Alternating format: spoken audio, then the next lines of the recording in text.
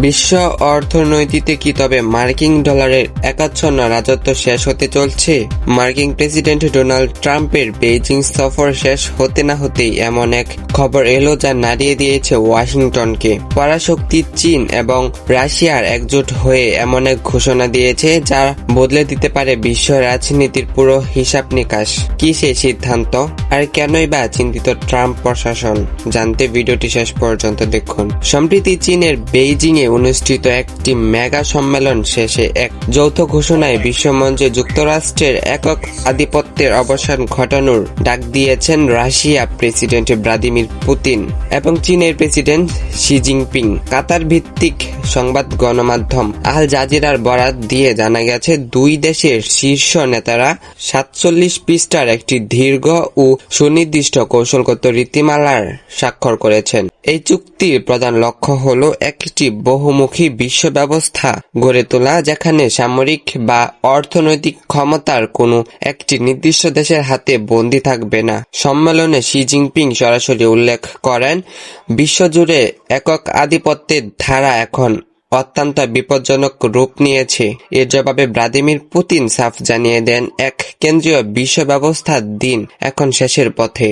তবে এই সম্মেলনের সবচেয়ে বড় ধাক্কাটি এসেছে বৈদেশিক অর্থবাজারে। বেইজিং ও মস্কো প্রায় 40টি সরকারি ও প্রাতিষ্ঠানিক চুক্তি সই করেছেন, যার মূল উদ্দেশ্য হল আন্তর্জাতিক বাণিজ্যের মার্কিন ডলারের ব্যবহার সম্পূর্ণ বর্জন করা। এখন থেকে চীন ও রাশিয়ার মধ্যকার দ্বিপাক্ষিক আমদানি রপ্তানি সিংহভাগ লেনদেন হবে তাদের নিজস্ব মুদ্রা রুবেল ও ইউয়ানের মাধ্যমে। তথ্য বলছে, গত বছর দুই দেশের বাণিজ্যিক যেখানে $240 বিলিয়ন পৌঁছেছিল, চলতি বছরে প্রথম 4 মাসেই তা আরও 20% বৃদ্ধি পেয়েছে।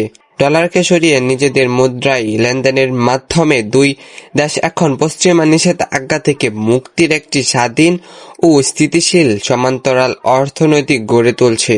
শুধু অর্থনীতি নয়, ইউক্রেন যুদ্ধের শুরুর পর থেকে রাশিয়ার উপর পশ্চিমা বিশ্বের যে প্রযুক্তিগত নিষেধাজ্ঞা ছিল তা ভাঙতেও বড় ঢাল হিসেবে কাজ করছে চীন। ব্লুমবার্গের সাম্প্রতিক প্রতিবেদন অনুযায়ী নিষেধাজ্ঞাভুক্ত সামরিক ও ড্রোন প্রযুক্তির প্রায় 90%ই এখন চীন সরবরাহকারী মাধ্যমে রাশিয়ার বহর যুক্ত হচ্ছে। তাছাড়া পশ্চিমা দেশগুলোর বেঁধে দেওয়া তেলের মূল্য সীমাকে বুড়ো আঙুল দেখিয়ে চীন এখন রেকর্ড পরিমাণ খনিজ তেল ও গ্যাস কিনছে রাশিয়ার কাছ থেকে। জ্বালানি খাতের এই অংশীদারিত্ব আজীবন টিকিয়ে রাখতেই দুই দেশের বহুল প্রতীক্ষিত পাওয়ার অফ সাইবেরিয়া 2 যৌথ গ্যাস পাইপলাইন জটিলতাও কেটে গেছে। মঙ্গোলিয়ার উপর দিয়ে এই পাইপলাইনের মাধ্যমে প্রতি বছর 50 বিলিয়ন ঘনমিটার রুশ গ্যাস সরাসরি চলে যাবে চীনে। বিশ্লেষকদের মতে ট্রাম্পের সফরের পর বেইজিং মধ্যপন্থা অবলম্বনের ইঙ্গিত দিলেও 47 পৃষ্ঠার এই ঐতিহাসিক চুক্তি প্রমাণ করে যে কৌশলগতভাবে চীন এখনও রাশিয়ার সবচেয়ে বড় এবং নির্ভরযোগ্য অংশীদার।